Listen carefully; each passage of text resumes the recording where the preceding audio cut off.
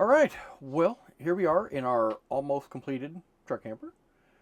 We have remodeled pretty much everything on the inside 100%. A few things we left alone because why mess with them? We're going to do a quick tour, show you what we did. Everything's laid out pretty much the same. A few things we haven't done. To me, it's a 100% improvement from last time. So I'm going to take you around and show you MTV crib style. All right, well, here's the big bathroom. Didn't do a whole lot of changing in here. Obviously, we went from wood and carpet to white and the LVP flooring. We were hoping to kind of do a shower and all that, but there's just... It's not very big. And obviously, I'll show you. This is not the roomiest truck camper bathroom in the world. Which I'm a pretty good sized guy, though. I'm 6'4", so... It'll work. I can attend to some emergency business this way. My knees don't quite fit in the bathroom, but it'll work. We have an outdoor shower. We'll use that. Not much changes here. It's better. Looks 100 times better. Okay. So we didn't do much to the cabinets here. We didn't even paint the inside of them. There's no reason. This is just going to be, camping chairs, It's tables. just a big, empty, open closet. Yeah, it's an open closet. Shelves. This one here, it's got some little shelves in it. This will be mainly food. And then that's kind of it for here. The kitchen. And then the kitchen, which to me was one of the biggest improvements that we did. We left the countertop same as what was in here. We painted the edge because it was gold and wood inlaid. So I got some really, really good ceramic paint, painted it. It's nice. This is actually glass style, and then this is all cedar. So it makes it smell nice in here and should last for a long time. We tried to use the cedar as much as we can in other places. It's one of those that doesn't weigh anything, but it looks nice. And you left the vent the same, the vent hood. It actually looked cool. It's a really unique color too. Yeah, this was the actual color. And it went with the gray. Yeah. That we went with for a secondary color. Yeah. All right, so this is one of the biggest visual improvements we made. We got rid of that old Formica countertop, and we put I say countertop, but it's actually a table. Beautiful. This is Love it. actually teak.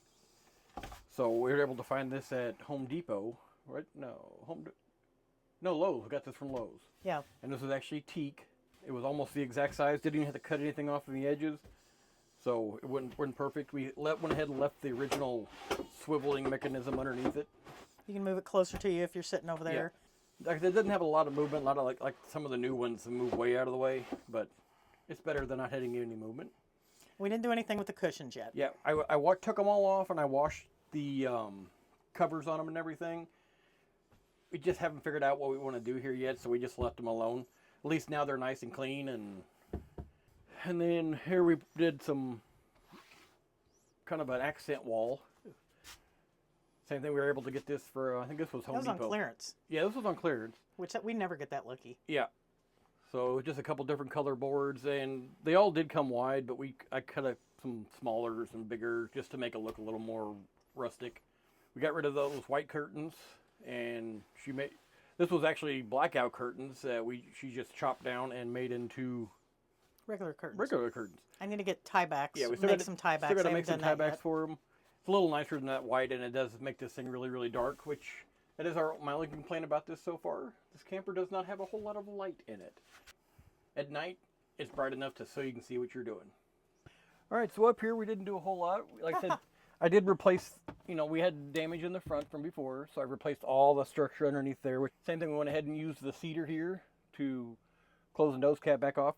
It's way lighter than the Masonite stuff that they had on there originally anyway. Sorry about shaking there. And it looks a whole lot better. Looks wonderful. I went ahead and added the little shelf here, and I put power up here for USB so I could actually charge phones and that kind of stuff. And I went ahead and installed me a cute little fan. Turn it on here.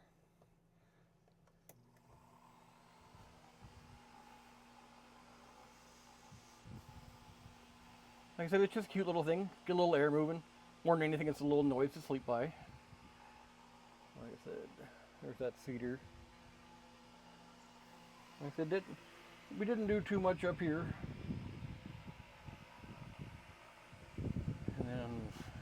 kind of see down below.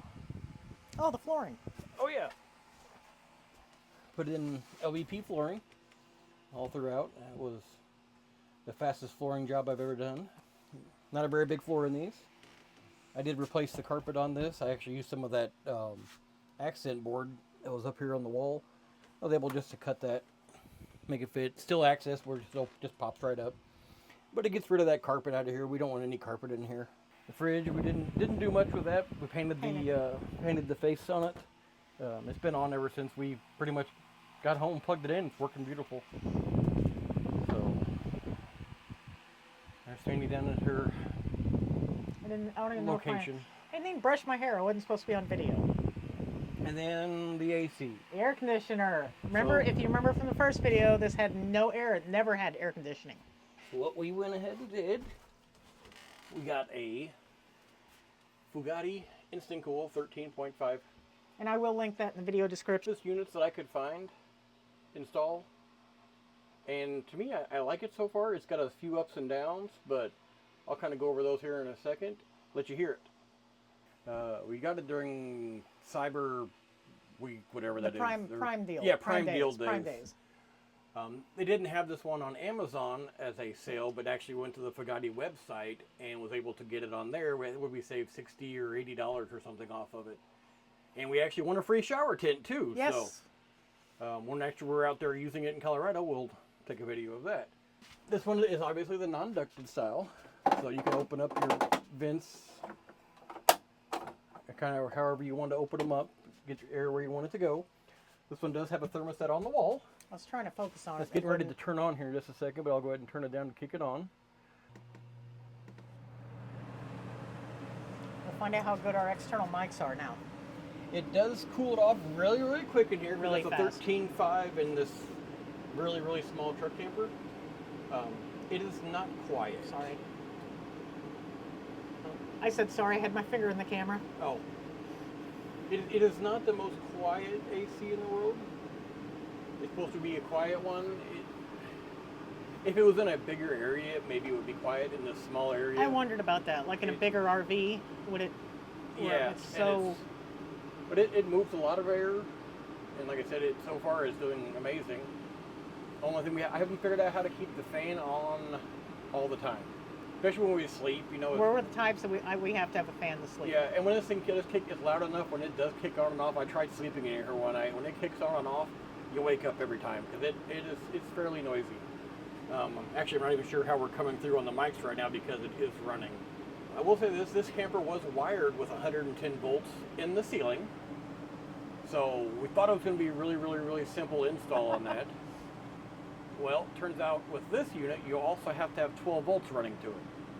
So I actually had to drill a hole through the ceiling, and I was able to drill it over here into this cabinet actually. I was able to drill it, drop it down, run it back down through the wall, behind the refrigerator, and back into our battery compartment here. And the same thing with the thermostat. It's not wireless, it actually is wired. So same thing, I had to run that wire. It was a little difficult because this ceiling actually on this camper, I've never seen one like it. This is actually 2 layers of 3/4 inch plywood. So it's not your standard little thin board on the face of it, a thin board on the roof. It is 2 3/4 inch layers of plywood. So I was able to actually drill directly through the layers. So it was not easy. Able to get over to the box here to run all my wires. Because I didn't want to have to see wires and that kind of stuff. And that was about the easiest location I could put the thermostat. But it works. Other than that, like I said, I think we're pretty done. We did replace, someone had actually bolted pieces of plywood over these openings down here, which we were able to actually... One there, too. There was some cabinets up in the front, up in the bedroom area, which served absolutely no purpose, but they were up at each corner. So we actually got rid of those, but the doors on it were the exact right size for down here. So we went ahead and repurposed those, put them down here. I still do have to insulate the back side of them. I do have weather stripping around it, but I need to put some insulation on the back side of it. And that leads to nothing. If you open it, it's outdoors. Excuse me. You know, it's just like a quick access. If we were getting ready loaded, I'm outside, I could toss it in there. But once it's on the truck, that's just the truck bed. Actually, when it was on the truck, we actually used this on our last truck camper. We open it up and you throw your dirty clothes up in in the bed of the truck. Yeah. And it stays up nice out of the way. Once we get it in the truck, we'll actually see how much room we have with the wheel well. Not really sure until we put it on and open the door. But there should be enough room in there. Maybe we can get some water jugs, stuff we don't use all the time, just shoved up in there for storage. The only thing left we really have to do is install some solar on the roof. And some steps. And some steps. We can't do the actual steps we should be doing. Those are anywhere from 300 to 500. So I just ordered a step ladder. We're going to see how that works for the first trip. It's actually a kind of an interesting step ladder. It's a little A-frame. We've been using a shorter version in our fifth wheel all the time just so she can reach in the cabinets and stuff on the top. So this one should be high enough to get us up and fairly easy. We'll see how easy it is. I can get in here with no problem even without a ladder. Now Molly, the lab, will probably have to lift into the truck camper when we're in and out, but that's fine. Yeah. Mishka jumps in here like it's nothing. She jumps in and she lands up here. So she's an athlete. But yeah, other than that, and like I said, we've been using everything. The water has been on for 2 weeks now straight. No problems. There hasn't had a drop anywhere. Little stove, I've lit it, that's about it. But I've left the propane onto everything just to make sure everything is good and everything's been fine. We went ahead and painted the old brown furnace. This is actually some engine enamel. So we went ahead and painted that. That was about the only color I could get to somewhat match. I wanted something for high heat, so engine enamel was good up to 800 degrees or something, so don't have to worry about that. I think that's it. I know I'm saying a lot here, so you'll have to edit some of those out. Yeah. But here's our monster refrigerator. And if we do any other major updates, or if there's something you're wanting to hear more about or something, just let us know. When it gets to solar, we'll definitely do an update with that, and then if we have done anything else. The first planned trip for this truck camper is going to be in less than 2 months, actually. We'll be going to Colorado. We're going to be filming moose, elk. Hopefully. Yeah, we're going to. We'll find them. We always have. So yeah, fingers crossed. We'll find our elk, we'll find our moose, and any other wildlife, and obviously some gorgeous scenery. Might be a chance we'd use it before then, maybe to some cool spot in Florida, but we'll see.